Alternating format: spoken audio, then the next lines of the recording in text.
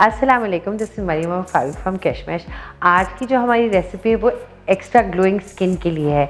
मुझे ख़वातीन पूछती हैं कि हमारे स्किन पे ग्लो कैसे आ सकती है, तो आज मैं ख़ास तौर पे ये रेसिपी लेके आई हूँ जिसमें आपकी स्किन पे नेचुरली बहुत ज़्यादा ग्लो आ सकती है। सबसे पहले हमें एलोवेरा जूस चाहिए, थोड़ा सा मकई का पाउडर चाहिए और विटामिन ई ऑयल और बीटरूट जूस। तो सबसे पहले हम अपना स्टोव ऑन करेंगे, उसके बाद इसमें हम ऐड करेंगे, मैं यहाँ रख लूँ कोई,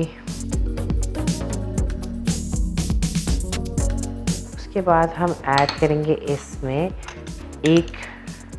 ये हमारे पास फ्रेश एलोवेरा जेल है जो हमने निकाल के रखी हुई है। देखें ये इसमें ये 1 टेबल स्पून के करीब मैं अंदाज़न डाल रही हूँ, आप मेजर करके डाल सकते हैं। इसको हम थोड़ी देर के लिए इसके ऊपर रखते हैं और फिर इसके अंदर मकई का पाउडर ऐड करेंगे। तो ये मैं डालने लगी हूँ इसमें 1 टेबल स्पून थोड़ा सा ज़्यादा, ठीक है, मकई का पाउडर। अब इसके अंदर हम थोड़ा सा ऑयल डालेंगे। आप विटामिन ई की कैप्सूल्स भी डाल सकते हैं। मेरे पास हमारा ये सीरम खुद का अवेलेबल था तो हमने ये डाल के इसका यूँ एक ये पेस्ट सी बना दी है, ठीक है ना।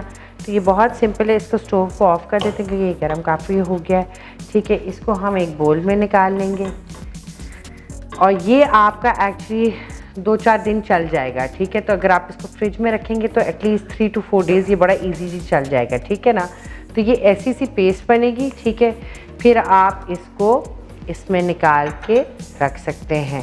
अच्छा जी, तो ये इस टाइप की कंसिस्टेंसी है, ये देखें, ये आप बड़ी इजी, ये थोड़ा ठंडा हो गया तो ये बड़ी इजीली आप एज अ पेस्ट अपने पूरे फेस पे स्किन के ऊपर एक्स्ट्रा ग्लो डालने के लिए ये आप यूँ लगा सकते हैं।